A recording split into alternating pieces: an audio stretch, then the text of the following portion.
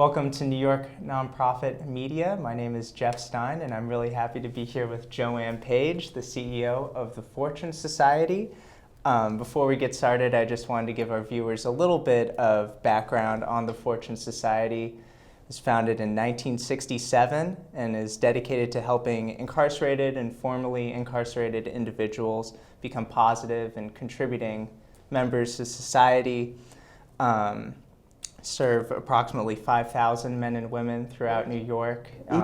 Each year, with locations in Long Island City and sort of a flagship center in West Harlem. Right, and we're actually in the courts in the Bronx and Queens as well. So all and in throughout. 4 boroughs, Bronx, Right. Queens, Brooklyn, and Manhattan. Wonderful. And you've been CEO since 1989, so you have a really long history with the organization and have really overseen a lot of growth, I think. I've been there 26 years, and it's gone from 20 or so staff to well over 200. Yeah. So we've grown a lot. And really growing the services that you include too. I was reading you now have services for HIV positive individuals, drug treatment, mental health. We have a mental health services. clinic, we've got housing.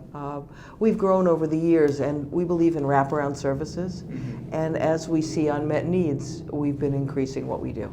Yeah. Our most recent is mental health.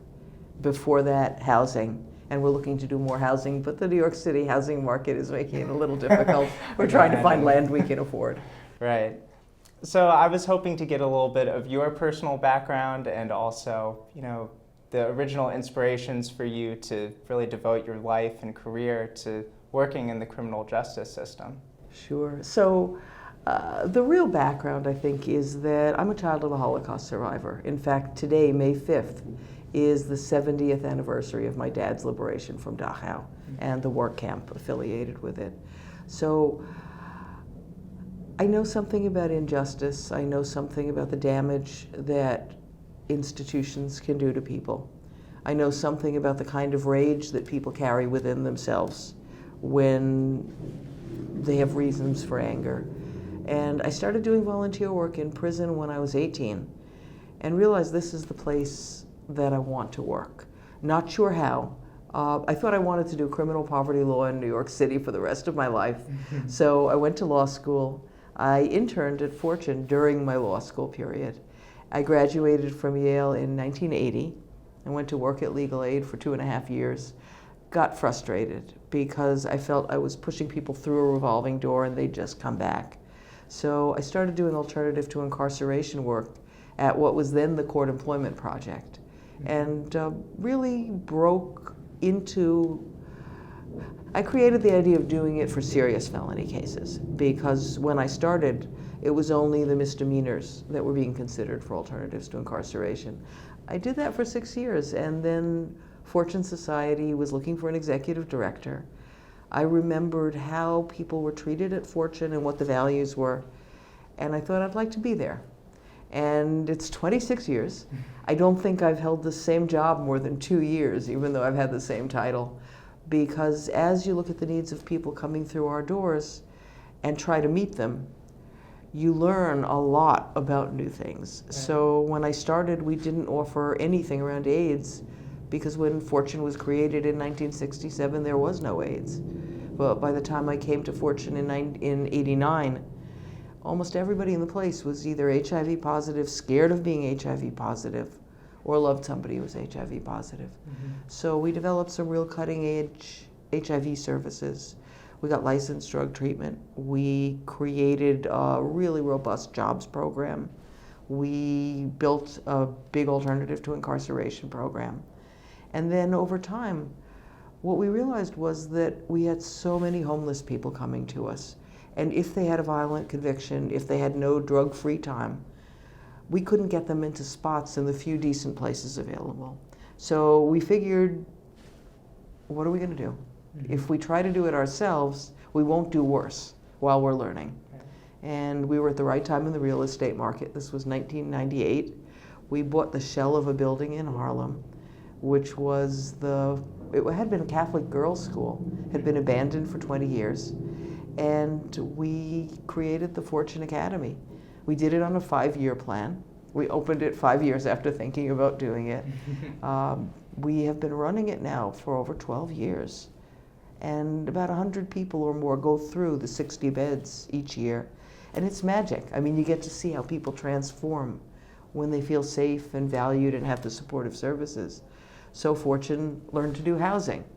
Yeah. And then as we built community support, because the community at first did not want us there, and then realized we were committed to making the neighborhood safer. So we built trust, and at this point, the community board meets in our house. We're a polling place. We do a haunted castle at Halloween and terrify the neighborhood children. So the Fortune Society is part of the community now. And we made an advisory board that included the people who really opposed us. And as they learned that we were going to be there and be trustworthy, they started saying, you've got that empty lot. What are you going to do with it? We were ready to plan. And they said, we need housing too. So instead of doing what we expected, which was housing for our population, in this case formerly incarcerated and homeless people, we ended up blending it so that it's affordable housing and supportive housing with about an equal number of both populations living there, all mixed up, doing beautifully in a beautiful building. And as we started serving more and more homeless people, we house about 500 people a year now. We started serving more and more mentally ill people. What we found was that our clients had either had no experience with mental health services or very, very bad experiences. For Fortune's clients with mental illness, their experience often was that they were prescribed medication to control them, Thorazine and so forth, essentially chemical restraints. Right. And so even people who needed psychotropic drugs were very hesitant to use them. But we found that if they're in a place where they feel safe and where they're getting other services that they want that don't have stigma attached, we were able to get people engaged in mental health services. And it's transformative. Yeah. So I think I'm the luckiest person on the planet, right? I spent 26 years doing work that I think matters in the world, that is lined up with what I most think is important, where I get to see amazing things happen and where I'm always learning. Yeah. So that's the service side. And the other side is that Fortune is an advocacy organization. We started that way, and it's in our bones. So we advocate on issues like housing discrimination against people with records. We actually have a lawsuit going right now against a Queens landlord who does blanket discrimination. If you have a record, no matter when it was, you get knocked out of eligibility for that housing. And we see that kind of discrimination. And so we're fighting that. We are looking at the intersection of immigration and criminal justice and how people can get picked up on minor offenses and have lived in this country almost all their lives and be at risk of being deported to a country they don't know, ripping their families apart. Yeah, City and State, our partner publication actually just had a story on that about how in housing court disputes often a public defender is not who is present and doesn't know that if you're an illegal immigrant, if you plead guilty, you can lose your whole future. You can be deported immediately. Yeah. So one of our focuses is on what Fortune calls collateral consequences, which is that you may have a conviction and it may come with certain punishment, but the punishments go on in different ways, like housing discrimination, like job discrimination, like the immigration consequences. So we're advocates on that. But on the advocacy side, I think the biggest issue is, why are we locking up so many people? We have 5% of the world's population, 25% of the world's prisoners. We lock people up under conditions of solitary confinement often that are considered torture by the UN. The second largest penal colony in the world is what you fly over when you come into LaGuardia. It's Rikers Island. Our largest mental health hospitals aren't hospitals at all, because we basically shifted from mental health facilities to prisons and just moved the population over. So there's plenty of room for advocacy. Yeah, I'd be very curious to get your thoughts on the prevention side with mental health. That 40% of Rikers Island has a a history of serious mental health Right. issues, where Why are we doing this? Yeah, Yes. why are we doing this, and when can prevention start effectively?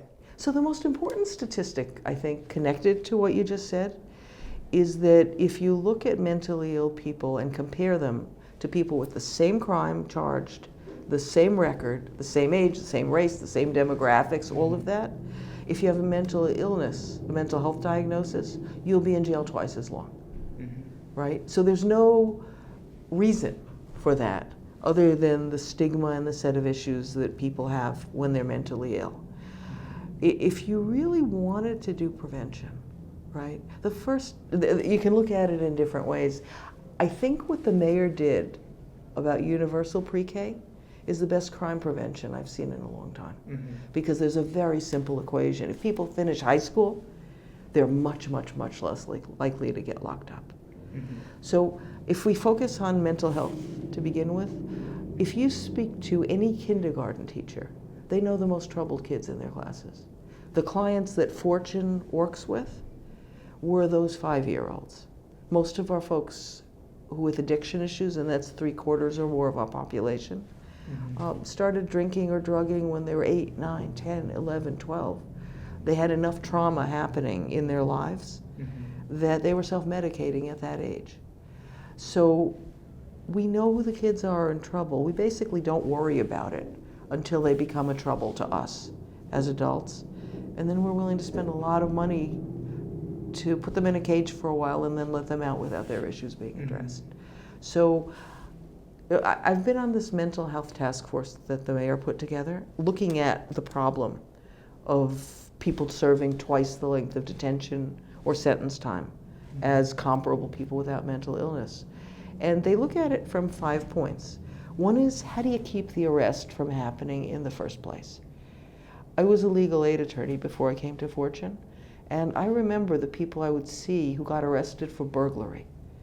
And they were homeless, they were mentally ill, they decompensated, they were sleeping on somebody's stoop, and they get charged with burglary. And then they'd go in and they'd get a 730 exam and they'd get the right medications, and I wouldn't even recognize them when they came back to court. We've pretty much let our system of mental health services buckle. You need mental health services in the community. You want incarceration to be the last resort, not what the police end up doing to clean up the streets. And one of the things that came out of this task force was the idea of having a central place where police could bring people who were mentally ill, where they wouldn't get turned away, but the police officers could leave them there to get the help they need. So the first thing is, don't start with the criminal justice system. Right. It does huge damage, right? And it's very expensive, and it doesn't make anything better. The second piece is that if you can use alternatives to incarceration, use them. Right. So Fortune's running an intervention in the Queen's courts. Other organizations are running them in the other courts, called CERT, which is Court Intervention Team, essentially. And the idea is, find those people who are mentally ill and work with them in the community instead of having them remain in detention. It's in its initial stages. It's about changing a culture of relying on incarceration. But I think that idea that alternatives to incarceration really are about saying most people can be supervised in the community to everybody's benefit. This speaks across the aisle, right? Because it's about spending less and keeping communities safer, right? I mean, who can argue with that? Yeah, and, right? And we were just speaking about all, the plethora of data that's out there that really does not show any sort of equivocal causal relationship between increased incarceration and decreased crime rates. Is that a big part of your advocacy cell as well? It's a big part of our advocacy. We tried to also look at what the human consequences are of having a critical mass of residents of a small number of already challenged neighborhoods get their education and their socialization in a traumatic, demonizing, stigmatizing place. Young white kids go to college. The young folks we serve go to prison or get killed. And that's a tragedy. And for the communities they come from the families they come from, what it is a cycle of damage, because these are communities that are hit hard by crime, hit hard by the criminal justice system, and have the future of their young people stripped away, and the men are vanished. So it not only doesn't reduce crime, it does massive damage to what makes a community safe and stable. And our men coming to us are the fatherless children of the men who got locked up. Right. So it especially hits men of color. And you know, we're seeing a nationwide echo of the impact of mass incarceration. So since the 70s, we've been escalating how many people we lock up. And what you see in Ferguson and what you see in Baltimore is the consequence of stripping hope out of the communities that have the poorest schools and the poorest medical care and don't have grocery stores. You know, it compounds damage that's already happening. Switching gears a little bit to more of a personal side, Sure. I'm really curious to get your thoughts on how your leadership role has really changed. You've talked about the growth of the organization and wearing so many different hats, especially as you move into all of these different spaces that you may not have anticipated 20 years ago. What has that been like in terms of, being at the helm of the ship, so to speak? You know, I would never want to be in a job that I knew how to do, okay? So having the place grow and constantly challenge is wonderful. It also helps me in terms of being able to delegate, because I'm not going to be out of important work. I can delegate what I know and love while I'm learning something new. I think the key is about building the talent bank. And more than half of our staff at Fortune are formerly incarcerated. Much of our leadership, a third of our board. So that keeps us close to the issues that people are facing and gives us a lot of knowledge and role modeling. So a lot of places struggle with how to find the talent they need. We sit on a mother lode of talent. So many people start as clients and then become interns and then become trainees and then become staff. And some of them go out to work in other places. And what I tell them is, you still work for us, we're just not paying you anymore. Because, and we have an internal joke about a high recidivism rate and priding it, that people tend to come and go and then come back. Right. So I'm back after being an intern while I was in law school. David Rothenberg, who founded Fortune, who really is a hero in many ways, is back as a volunteer after he started the place in 1967. Stanley Richards, who's the next most senior person in the agency after me, came to us in 1991 after he got out of prison and left for another job and now is back running the place. So we pride ourselves on having a very high recidivism rate, which is not the norm. Yeah, but in terms of my own growth, shifting from doing it to trying to grow the people who do it is quite wonderful. So I'm enjoying that. Yeah, I can imagine. I'd also really love to get your thoughts about the interaction between nonprofits, advocacy groups, and the government, and also private foundations. There are all of these actors in this space, and how do you negotiate that world and try to push everyone in what you see as the right direction? So we are always in a chronic fundraising mode.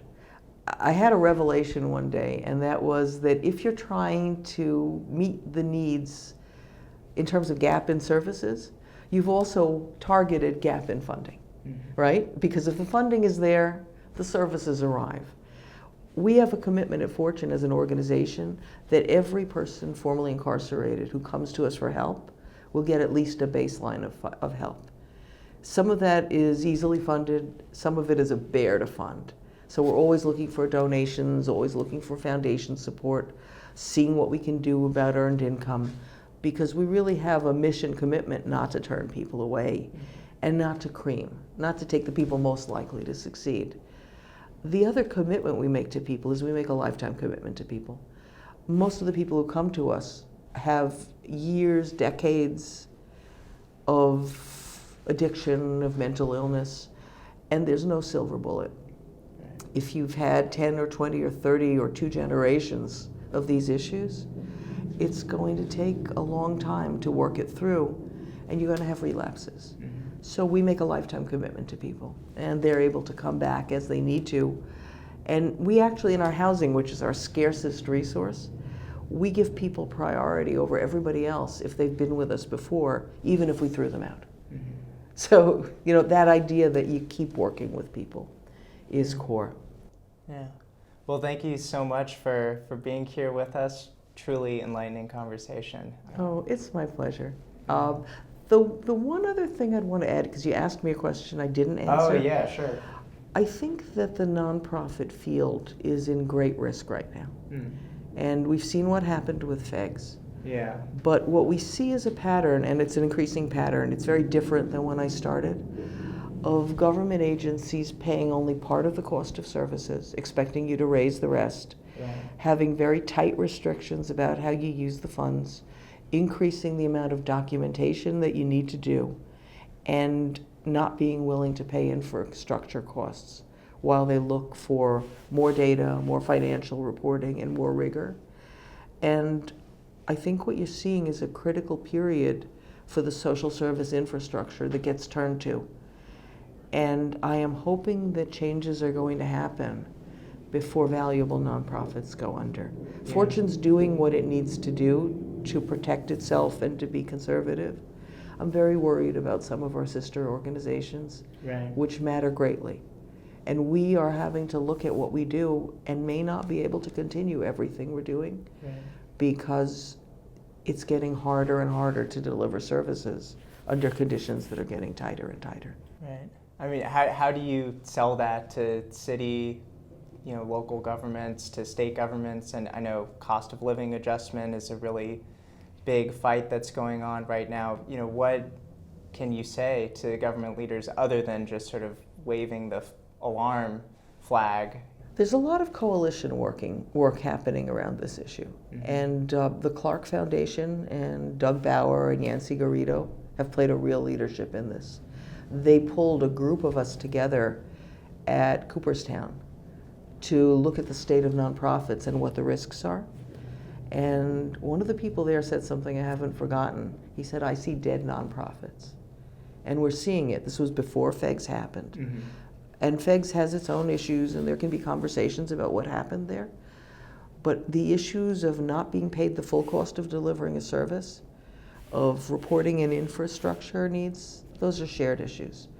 We routinely get paid months and months and months after a contract starts. We use a line of credit. We amass interest costs that we have to do private fundraising to meet. We regularly have programs that are funded only at a percentage. We regularly have funders that have huge demands of infrastructure and won't fund us at our full overhead rate. And we juggle that. We're very, very careful. But it's a dangerous climate for nonprofits that are badly needed.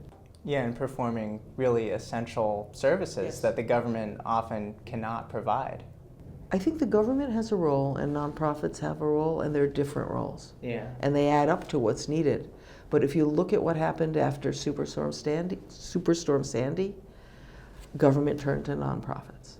Right? If you look at what happens in whatever crisis you're talking about, it's nonprofits that are on the ground. Right.